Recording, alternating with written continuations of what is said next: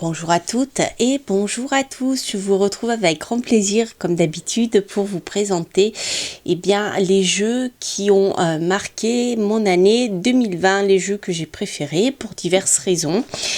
Voilà, alors je dois dire que le choix a été difficile. Alors j'ai essayé d'en sélectionner un certain nombre pour que ça ne soit pas non plus trop long, pour que la vidéo ne soit pas trop longue. Donc je vais essayer de faire en sorte que la vidéo ne dure à un temps correct, parce que c'est vrai que j'aime, j'ai eu beaucoup de jeux qui m'ont vraiment plu et des coups de foudre. Donc je vais vous présenter tout ça. Alors, les jeux que j'ai vraiment appréciés, je dirais dans le style Oracle, il y a bien sûr, je vous l'ai présenté dans une revue il n'y a pas longtemps, l'Oracle médiéval et merveilleux, donc de Gulliver l'Aventuriel et de Julien Miavril. Alors j'aime beaucoup le travail de Gulliver, vous le savez pour ceux qui me suivent, mais j'aime particulièrement cet Oracle parce qu'il est, comment dire, il apporte quelque chose de très particulier au niveau des significations des cartes qui ont été choisies. Des significations qui sont vraiment qui sont liées au domaine, je vais y arriver, à l'univers médiéval, avec toute cette ambiance philosophique, l'ambiance aussi des troubadours, la chevalerie. Il y a un univers très particulier que j'ai vraiment apprécié. Voilà, outre bien sûr les illustrations, mais je trouve qu'il est très intéressant si vous vous intéressez à l'univers du Moyen-Âge. Donc ça, c'est, vous voyez, l'adoubement par exemple, c'est quelque chose qu'on retrouve beaucoup chez les chevaliers, entre autres. Donc c'est vraiment, il y a le domaine de la magie qui est très présent aussi, très présent dans cet ouvrage. Vraiment, c'est un beau coup de foudre, je dirais, pour l'Oracle médiéval et merveilleux, donc qui est paru aux éditions Vega. Voilà pour le premier. Ensuite, aux éditions, je me trame pas, aux éditions Contredire. Alors c'est la traduction en français de Chéraline Darcé, qui est l'Oracle des fleurs nocturnes. Alors c'est un jeu que j'avais acheté en anglais et qui m'avait vraiment attiré, déjà parce que c'est de la gravure sur bois. J'aime beaucoup la gravure et bien sûr l'univers végétal et aussi animal m'a énormément parlé dans ce jeu. Donc je suis contente qu'il est traduit en français parce qu'il y a pas mal de fleurs justement qui sont, je crois qu'elle est australienne si je ne me trompe pas. Et donc ce sont des fleurs aussi qu'on trouve en Australie, principalement des animaux aussi. Et voilà, donc je trouve que moi qui ne suis pas bilingue, même si je parle bien anglais quand même, que je comprends bien l'anglais, j'avoue que j'étais contente d'avoir la traduction. Et bien parce que voilà, lorsqu'on rentre dans des univers un peu botaniques, etc., c'est plus facile. Et puis elle explique tout ceci dans son livre, donc c'est vraiment bien, notamment les animaux qui sont présents à chaque fois. Donc je sais pas si vous voyez bien à l'écran, mais voilà, c'est vraiment de la gravure sur bois, donc les traits sont assez épais, c'est, vous voyez, brut de décoffrage au niveau des traits. Je trouve ça vraiment magnifique. On voit bien, vous voyez, il y a le lièvre derrière, avec le nom des fleurs et bien sûr le mot-clé. Donc j'en ai fait une review, comme pour l'Oracle de Gulliver, l'Oracle merveilleux, médiéval et merveilleux. Voilà, et j'aime beaucoup cet oracle parce que je le trouve facile d'accès, je le trouve intuitif, c'est-à-dire que avant même de rentrer dans la signification des fleurs, avec le mot-clé, déjà, on peut travailler avec. Voilà, donc ça c'est sympa. J'aime bien aussi quand les oracles sont parlants comme ça, sans qu'on ait besoin d'aller dans le livre. Et lorsqu'on s'intéresse à toute la partie botanique, etc., bien il y a le livret qui nous explique tout ça. Donc ça fait partie de mes oracles coup de cœur. Alors, je continue. Donc, si vous êtes intéressé, bien sûr, il y a des reviews de tous ces jeux. Hein. Je ne vais pas en refaire une review là, ça serait trop long. Alors, un gros coup de cœur pour le nouvel oracle du Petit Lenormand, aux éditions Exergue, donc par Chris Semet, pardon. C'est un... Bon, j'aime beaucoup les Petits Lenormand, vous le savez, hein, pour ceux qui me suivent. J'aime bien travailler avec aussi, même si mon jeu de prédilection reste le tarot de Marseille. Mais le Petit Lenormand, c'est un jeu que j'aime bien utiliser toujours en complément du tarot. Et cet oracle m'a particulièrement plu, déjà parce qu'il est de super qualité. Les cartes glissent bien et puis ils sont souples mais assez épaisses aussi quand même. Mais ce qui m'a vraiment plu dans ce jeu, c'est qu'il y a pas mal de références au tarot justement. Voilà. Et moi qui suis très... Voilà, j'aime beaucoup travailler avec le tarot de Marseille principalement, mais même le Rider-Waite. Donc voilà, cette imagerie que je retrouve ici dans le Petit Lenormand m'a beaucoup parlé. Et j'ai eu un vrai coup de foudre pour ce jeu, d'autant plus que c'est un Petit Lenormand classique, hein, qui est... voilà. On retrouve l'imagerie habituelle, à part, bon, en détail, hein, les fleurs... pour le bouquet, le fouet c'est la verge, mais bon ça c'est pas très grave. Mais vous voyez, on a notre cavalier de cœur qui est là. Tout à l'heure on avait le roi de cœur. Vous voyez, il y a toute cette imagerie du tarot pour certains personnages. Je l'ai à l'envers. Voilà, donc c'est pareil. Je crois que je sais pas si je vous en ai fait une review. Je voulais le faire, mais je suis pas sûre d'avoir eu le temps de le faire. Donc c'est vraiment un jeu que j'aime beaucoup, un Petit Lenormand que j'aime beaucoup. Les cartes sont un peu plus grandes qu'un Petit Lenormand traditionnel. Elles sont, vous voyez, plutôt format tarot. Donc il faut par contre, si vous voulez faire un grand tableau, une grande table. Hein. Vous voyez, par exemple, la femme, on retrouve ici notre reine de pique.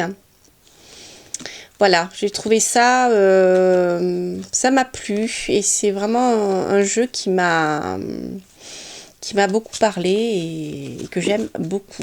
Voilà, donc ça c'était pour le nouvel oracle du Petit Lenormand de Chris Semet, donc avec bien sûr son livret d'accompagnement, son petit livre même, plus qu'un livret. Ensuite, il y a un oracle qui m'a particulièrement attirée et qui s'appelle l'oracle vibratoire des anges. Alors, je ne suis pas trop attirée justement par l'univers des anges, dans les jeux, hein, je veux dire. Donc, alors, je ne vous ai pas dit le nom, c'est Marie-France Venon et préfacé par Arnaud Rioux aux éditions Exergue, toujours. Mais c'est un oracle qui, par sa vibration, m'a énormément attirée et j'avoue que les illustrations m'ont transportée. Les cartes, elles sont grandes, hein, donc au niveau des illustrations, je trouve qu'elles ont été vraiment bien mises en valeur. Mais ce qui m'a énormément plu ici, c'est l'approche, donc avec l'ange pèlerin, mais en même temps avec les mots-clés. Ce qui fait que si vous voulez travailler avec le livret, c'est très bien. Mais si vous voulez travailler cet oracle à l'intuition, avec les mots-clés et avec le nom des anges, je trouve que c'est vraiment très parlant. Voilà, appel, intuition, vous voyez, beauté, etc. L'ange des temps premiers, alliance, origine. Voilà, donc ça c'est vraiment très personnel, hein. Les illustrations m'ont happé, ça c'est celle qu'on trouve sur le coffret. L'ange des lucioles, grâce, discrétion. Urgence âme pour l'ange enchaîné. Voilà, il a quelque chose, je ne saurais pas expliquer pourquoi, hein, comme c'est souvent le cas. Il y a certains jeux qui nous parlent, voilà, c'est leur vibration et l'énergie qui a été mise dedans qui me touche vraiment, vraiment profondément.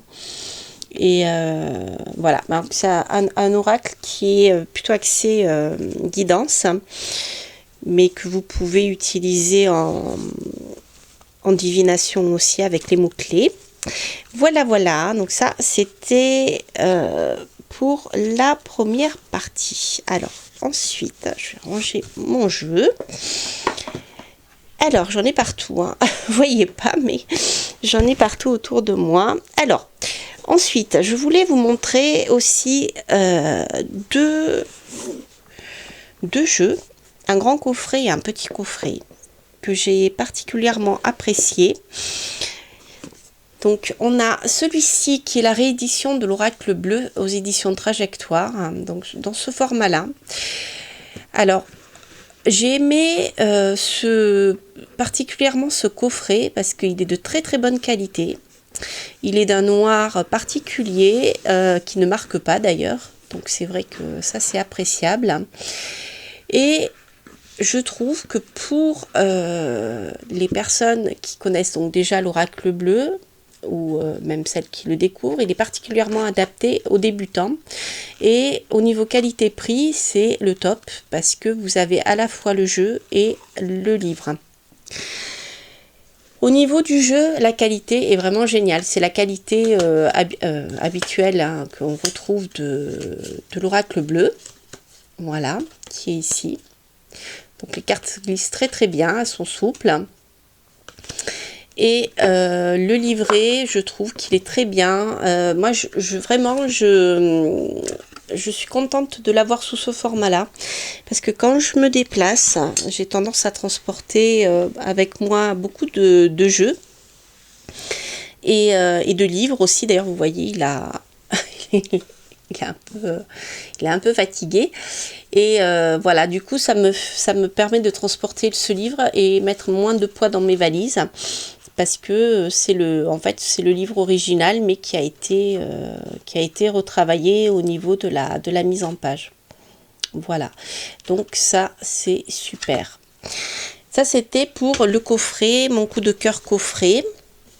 Ensuite,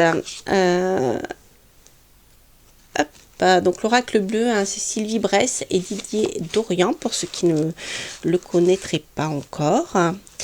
Voilà, donc c'est une réédition, bien sûr. Donc vous voyez, c'est marqué le livre et le jeu original. Voilà, donc c'est un très très beau coffret. Ensuite, alors, mon coup de cœur tarot. Alors, j'ai hésité à vous présenter plein de tarots qui m'ont vraiment parlé. Mais je crois que voilà, comme je pouvais, déjà la vidéo va être longue, mais je pouvais pas tout vous présenter. Donc j'en ai choisi un particulier, enfin deux, mais ça c'est le premier. C'est le tarot de Marseille Waite, donc par Emmanuel Igère, illustré par Alice Laverty aux éditions Trajectoire. Donc comme l'Oracle Bleu, c'est la même matière au niveau du coffret. Donc là, le coffret est plus petit puisque nous avons un petit livret avec un joli pochon. Et ce jeu, donc j'en ai fait une review, même deux je crois, parce que il est, pour moi, c'est finalement le tarot que j'attendais, qui réunit bien le tarot de Marseille et le Rider-Waite de manière parfaitement, je le trouve génial. Je sais que bien les puristes d'un côté comme de l'autre ont un débat sur le sujet, forcément. Mais moi, je le trouve justement bien vu, bien pensé. Il y a une belle unité. Après, bien la signification des lames, si vous préférez travailler avec les arcanes mineures du tarot de Marseille, eh bien vous pouvez tout à fait vous concentrer sur les arcanes mineures. Personnellement, ça ne me gêne pas. Et au contraire, voilà, c'est vraiment mon coup de cœur.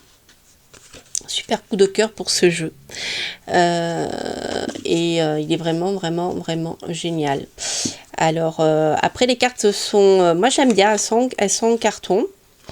C'est vrai que peut-être plus vernis ou glacé ou pour qu'elle glisse un peu mieux ou qu'elle soit un peu plus qu'elle revienne un peu mieux, ça aurait été sympa, mais franchement je trouve que c'est un très très beau travail, mais bon, c'est pareil, je vous en ai fait une review, donc je vous incite à aller le voir. Voilà, ça c'est mon coup de cœur tarot. Et vraiment, comme vous le savez, je suis très intéressée, très marquée par les tarots, et c'est mon outil de travail principal en cartomancie. Et vraiment, voilà, j'ai travaillé avec, je le trouve génial. Si vous ne le connaissez pas, c'est un super jeu. Alors, ensuite, qu'est-ce que je voulais vous présenter d'autre? Alors, un autre oracle qui m'a énormément parlé, qui m'a attiré. Alors, je l'ai regardé, machin, etc. Je suis revenue, je suis repartie, je l'ai posé dans le magasin. Entre deux confinements, je me rappelle en plus. Il me semblait sombre, etc. Mais il m'appelait. Donc, je suis contente de l'avoir acheté parce qu'il a un univers bien à lui qui me plaît particulièrement. Il s'appelle L'Oracle du Petit Enchanteur d'Antoinette Charbonnel aux éditions Arcana Sacra. Donc, très bonne qualité, hein, toujours. Ici, alors, vous voyez, je me le suis approprié. Hein. Les tranches ne sont pas de cette couleur, c'est moi qui les ai teintés. C'est un oracle que j'aime beaucoup. Vous voyez, qui est en noir et blanc, avec des petites couleurs qui sont légères. Hein. Un petit peu de rose, mais c'est vraiment très très léger. Et qui a, donc, vous trouvez simplement une illustration et un texte, comme pour le Petit Lenormand. Donc voilà, c'est un peu dans l'esprit du Petit Lenormand. Et j'aime beaucoup je sais pas, il a une vibration particulière qui me plaît beaucoup. Alors après, bien sûr, à vous de vous l'approprier. Hein. Là, vous voyez, l'abeille, on a le labeur, le refuge, la décision. Il y a un univers très magique aussi que j'aime particulièrement. Ah oui, ça c'est les cartes de mon tirage. Je me demandais pourquoi j'avais le dos. Voilà, la liberté, la naissance.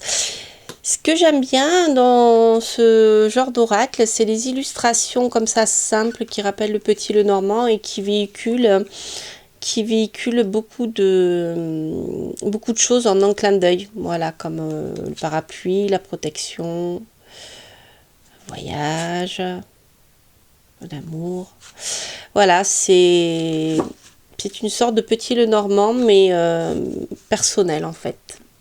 Et c'est vraiment un coup de cœur là pour cette année 2020. Alors, je vois que le temps tourne, donc je vais continuer.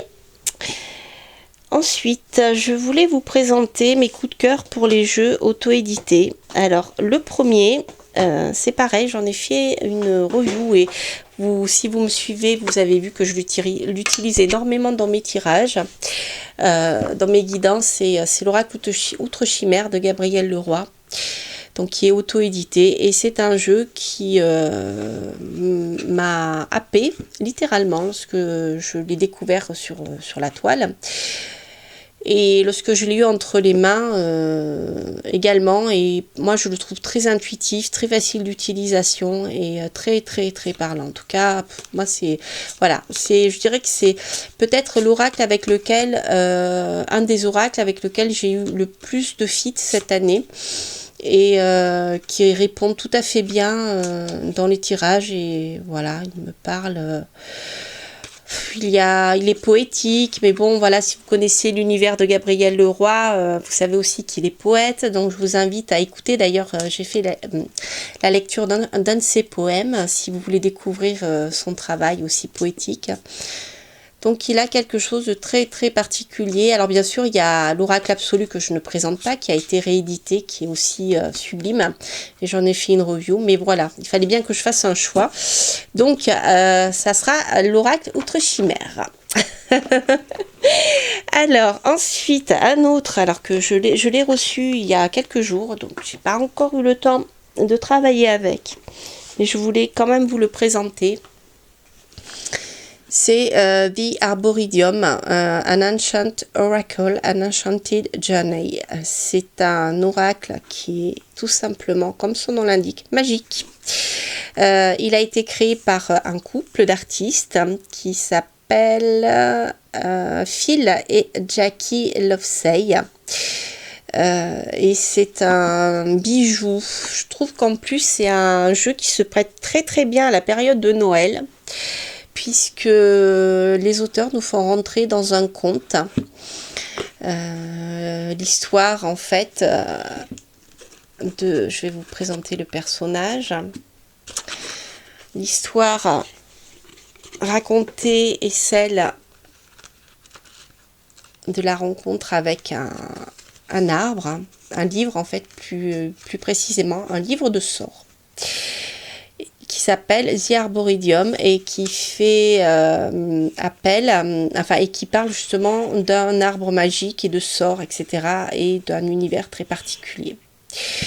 Et en fait, c'est un livre qui a été découvert par un lièvre qui s'appelle un apprenti magicien, un lièvre apprenti magicien. Et voilà, qui découvre par hasard ce livre et qui le chipe en fait pour le lire sous les draps, sous les couvertures. Et voilà, c'est un livre je dirais, de sagesse, de découverte de soi, de découverte du monde. Donc il y a toute une histoire qui est bâtie autour de cet arbre qui est ici et de la magie qu'il enseigne.